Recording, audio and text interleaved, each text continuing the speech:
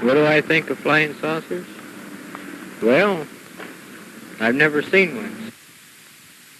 Oh, my. I don't disbelieve, but I'd like to see one in the daytime. I believe they're real. I don't think there's much to it. I know a lot of people have seen them, and I kind of believe it. I don't believe in them.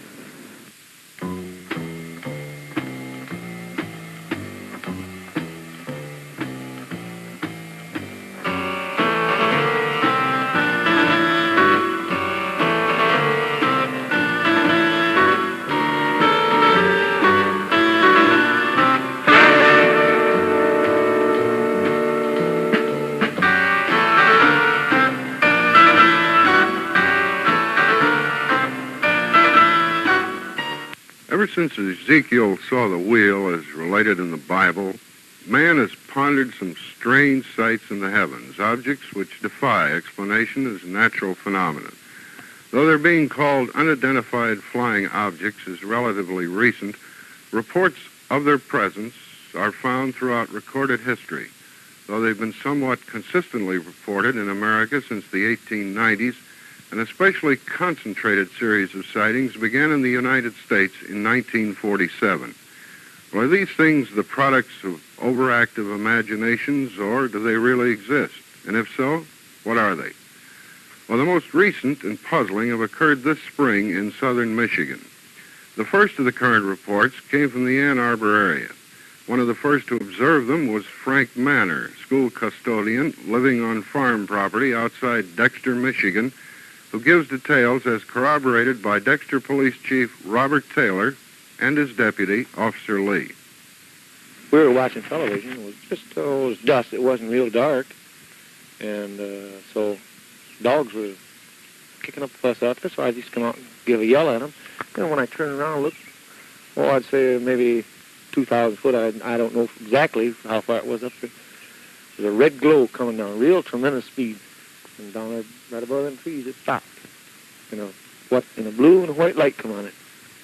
I thought at first I was kind of seeing things there, and I waited a minute there, and pretty soon it just hauled up there a little while and then finally settled down. Well, beyond them trees is a big swamp there, and it settled down in there. Chief Taylor and I were riding around patrol here in the village of Dexter. Received a call from the Sheriff's Department, stated that an unidentified object had been sighted out off the McGinnis Road at Frank Manor Farm.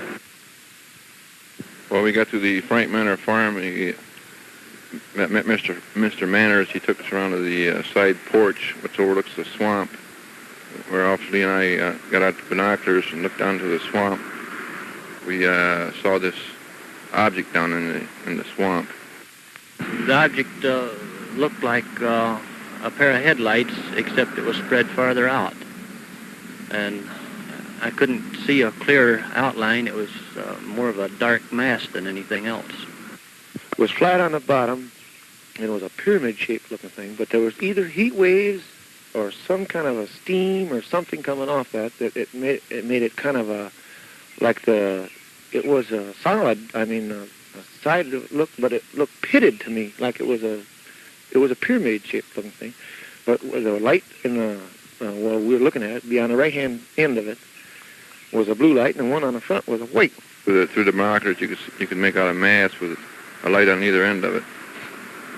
To your bare eyes, this object seemed like it emitted a solid light, which was between the two small lights on either end.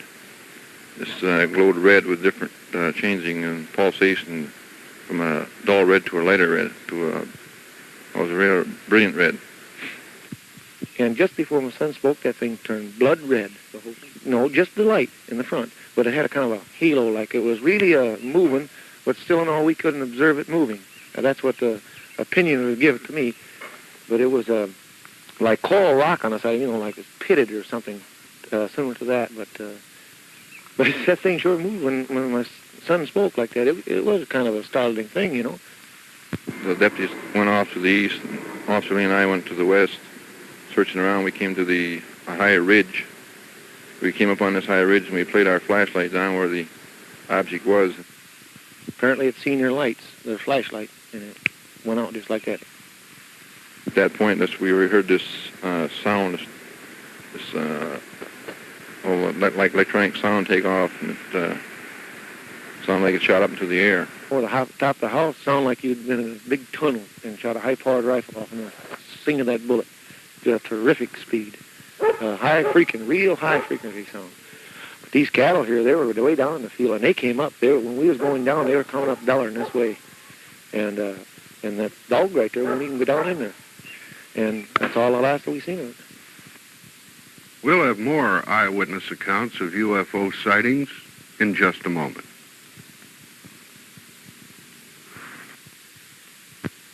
Reports of UFOs over Michigan have been somewhat continuous since Frank Manner's story. Close on its heels came a report from this site along southern Michigan's Huron River by 15-year-old high school student Ted Graham of East Delhi, another Ann Arbor suburb. Well, it was last Thursday night, and I was walking down by the river, approximately 150 feet away from the river on an old road down there. And I noticed this brilliant light out to my left side, which immediately caught my attention and interested me.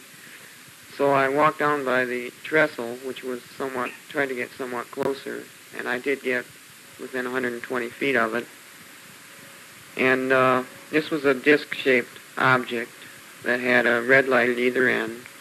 It had kind of a glow to it. The object itself seemed to be made out of some type of metal and was highly polished. I could see reflections from the trees around there on the sides of the object. And it hovered above the water at a height of approximately 20 feet.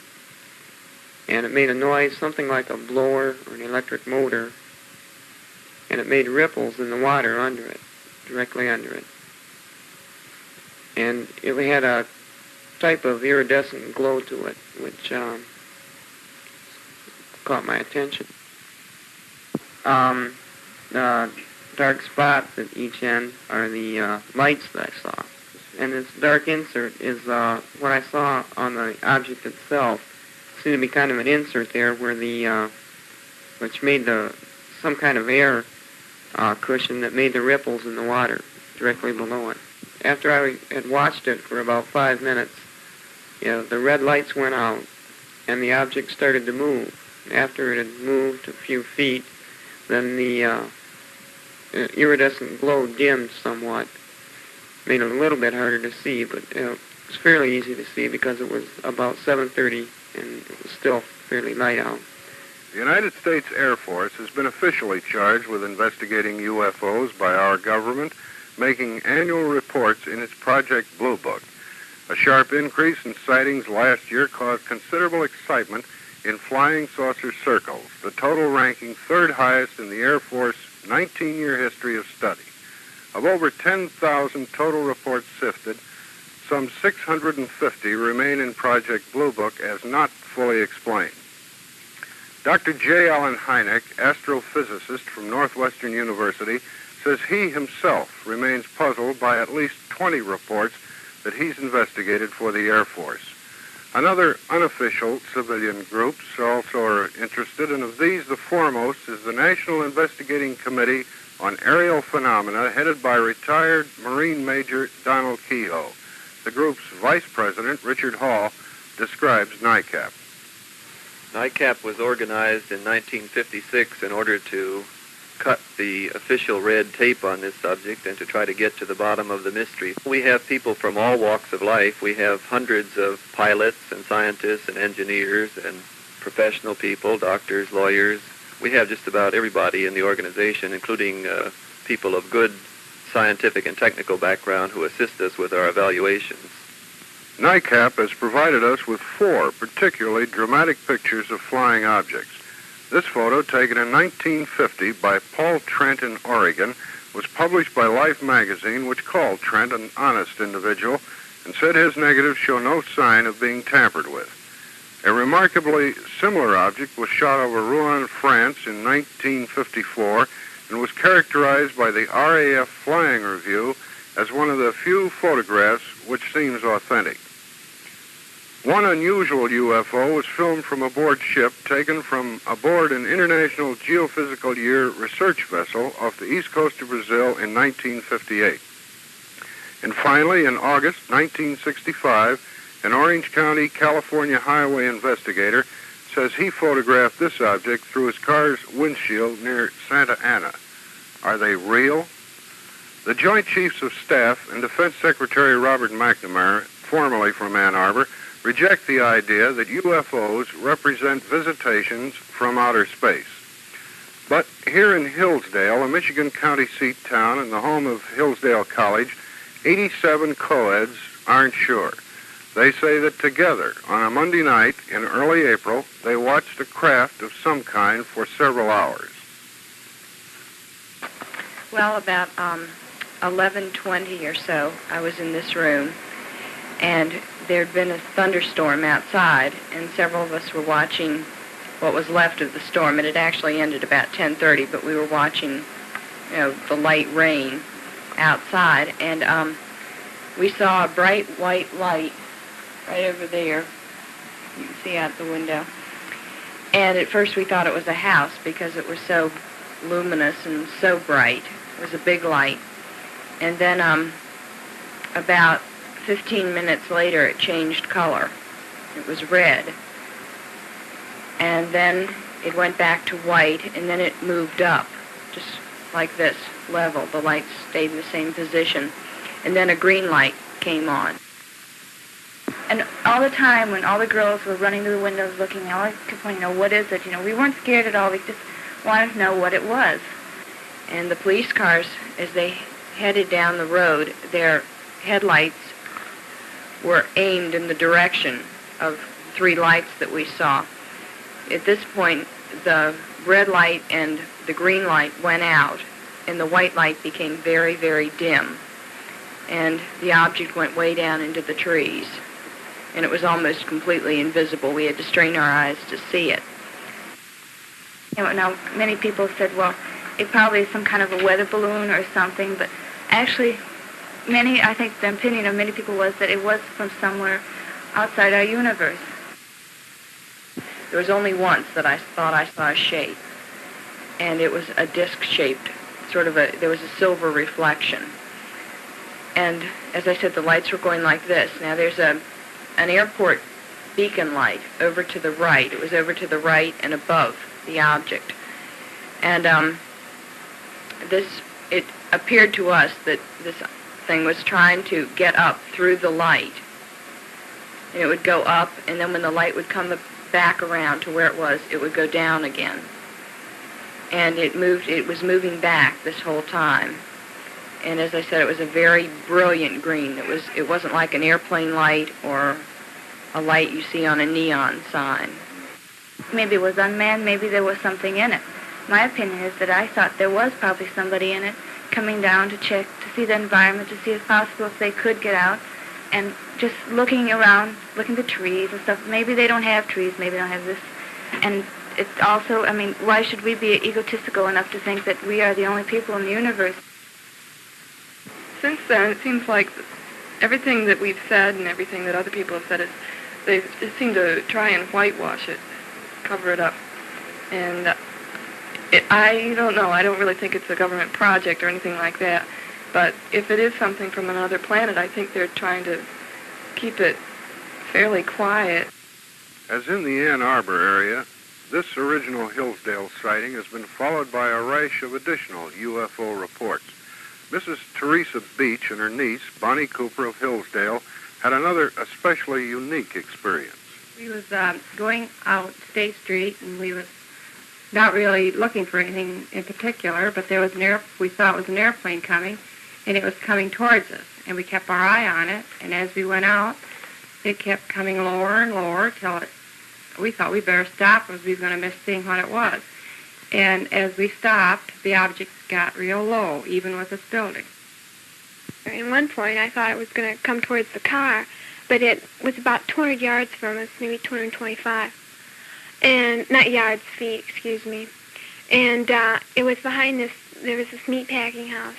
And it seemed to just disappear right behind that because we backed up. and just that quick it was gone. I don't know what happened to it. It's really extraordinary. It was blue, maybe 3 lights, blue with a white in it, and right down the middle was little red dots. And it was as big as an airplane, but I would say it was more like a helicopter without the propeller. No, I don't think I was scared. I was just amazed. You don't think about, oh, let me get my camera or something like that. You just sit there with your mouth open. And what is it? And I thought it was a helicopter. No noise or anything. It just seemed like a glider, gliding plane, just gliding along, no noise at all. It didn't do anything. It would just glide so easy and just smooth, and it just kept going real smooth. It didn't go up or down. It just stayed on an even pace.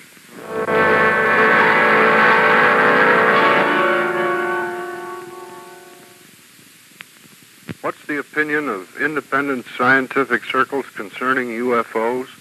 We interviewed members of Ann Arbor's Extraterrestrial Research Center, a corporation of graduate scientists and businessmen who delve into space research. Gary Cousins, chief scientist. William Boss, senior engineer. Richard Morrison, president. Chet Parks, vice president. We also quizzed University of Michigan astronomy professor William Beidelman and NICAP's vice president Hall, along with the former director of the Federal Aviation Agency, Najib Halabi. If these be material objects, they have propulsors that are deserving of study, or if they are some kind of optical phenomenon, they deserve understanding. Now, from the scientific standpoint, it is possible that there do exist such things as flying saucers. It is quite possible that somewhere in the universe there is a planet which has intelligent inhabitants and which could be sending us visitors. After all, in a few thousand years, we probably will be sending flying saucers to other solar systems. If life does exist on other planets, and if such life is intelligent, possibly they have means and devices that are past our comprehension today, and we'd like to know about those. The question is, how are these propelled? They must have a non-conventional propulsion device of some type, probably working on the field theory, either electromagnetic, electrostatic fields, or possibly working in a gravitational field. The thing which is important, however, is not the theoretical existence of these objects, but it's the practical question of whether these things actually exist here at the Earth. And this is what the astronomer says you cannot prove. We believe we have a great deal of proof in the form of thousands of eyewitness reports from very reputable individuals and very competent observers. We have physical evidence that these things have touched down and left markings on the ground. In certain cases, the landing sites have been radioactive, and there are other physical evidences of this sort, including a few photographs which we would consider authentic. Jumping from having seen something to hearing a little voice from Mars, or seeing two Martians talking to each other in the middle of a real balloon, is quite a different thing. Even if it is an object which is moving through the air without generating any noise, you might say, on its own in the form of a rocket engine, as a rocket engine would, or a jet engine, it still would cause disturbances in the air. So even some sort of sound sensing device would certainly be of some assistance to this. It's difficult to imagine what it could be if you think in terms of extraterrestrials who might be exploring the Earth or studying us for some reason or another. Even there, certain aspects of it don't seem to make much sense because, as some of the skeptics have pointed out, why would they be interested in the swampy marshes of Michigan? We feel very strongly that the reports of flying saucers and unidentified objects refer entirely to natural phenomena and do not at all refer to a hypothetical saucer from some hypothetical planet. But there again, we can't presuppose the psychology of these hypothetical space beings. it gets very shaky when you start theorizing about what they might be up to. We really have no way of knowing at this point. My own personal conclusion is that these unidentified flying objects are just that. They are unidentified, they're flying, and they're objects. 5 days after the reported UFO on the Manor property, Dr. J. Allen Hynek, the Air Force Special Investigator in the Ann Arbor area sightings, concluded that marsh gas was responsible for at least 2 of them. But he added he couldn't prove it. There's been considerable dissatisfaction with his conclusion. The capabilities of swamp gas, we have looked into this problem, and swamp gas is nothing more than methane, which bubbles up from marshy areas of decaying matter and sometimes ignites through some process that is not well understood. It's called bioluminescence. It's a cold light, and there are reports that people have stuck their hand into the flame, for instance, and they don't feel anything. And this occurs just a few inches above the ground or a few feet, and it's just dancing little lights, little pinpoints of light, and not any structured object or not any persistent object that can fly around the sky. Now, when we contrast this with the reports of the deputy sheriffs from Michigan, which we have on file, they were seeing disc-shaped objects, several disc-shaped objects, flying in formations and flying all around the sky. So this explanation makes no sense at all to us. Dr. Hynek did not talk to me. He did come out to the area, and I guess he inspected it, but he didn't find anything, and he didn't talk to me anymore at all after that. And I don't believe in swamp gas theory at all. The swamp gas, there is swamp gas. I don't know. I've never seen none right in this vicinity, but as far as it going 2,000 feet in the air, and other people have seen it that high, that they just got to come up with something better than that. Because Dr. Hynek, who was investigating the flying saucers for the Air Force, agreed to this. His explanation, however, of the marsh gas does leave a little bit to be desired, and it doesn't instill a great deal of confidence in ourselves that we have enough measurements to either prove or disprove this particular sighting.